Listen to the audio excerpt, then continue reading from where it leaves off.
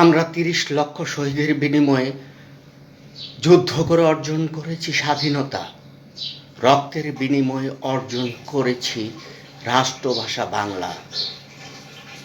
আমরা আজ উন্নয়নশীল জাতি। আমরা সমুদ্র জয় করেছি, আমরা খাদ্যে স্বয়ংসম্পূর্ণ হয়েছি, আমরা অবকাঠামো উন্নয়নে অনেক দূর এগিয়ে গেছি। কিন্তু আমরা সভ্যতার চরম অবমূল্যায়ন করছি।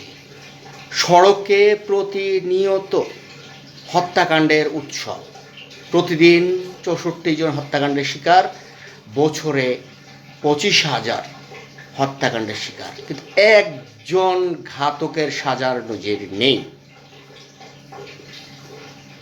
সড়ক দাপিয়ে বেড়াচ্ছে ৩০-৩৫ লক্ষের অধিক লাইসেন্সবিহীন চালক, নেশাসক্ত চালক,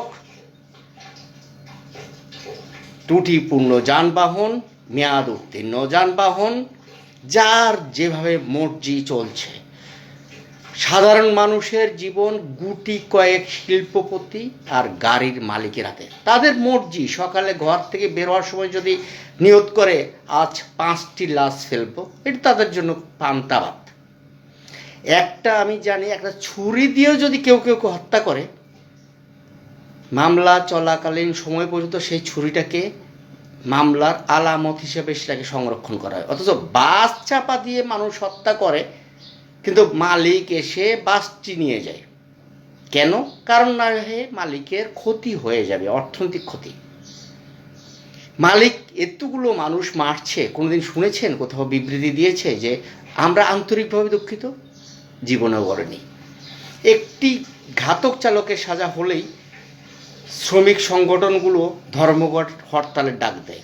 এই সংগঠন আজ পর্যন্ত সড়কে যে প্রতিদিন ৬৪ জন হত্যাকাণ্ডের শিকার, কোনোদিন দুঃখ প্রকাশ করতে শুনেছেন? আরে সভ্য দেশে আমি দেখেছি মানুষের গায়ের সাথে মানুষের গায়ে বাড়ি খেলে সরি বলে, বাংলায় বলে দুঃখিত। বাংলাদেশে সড়কে মানুষের বুকের উপর দিয়ে প্রতিনিয়ত গাড়ি চলতেছে, হত্যার মহা উৎসব চলছে। কই শুনেছেন কখনো সরি বলতে? শুধুমাত্র আপনার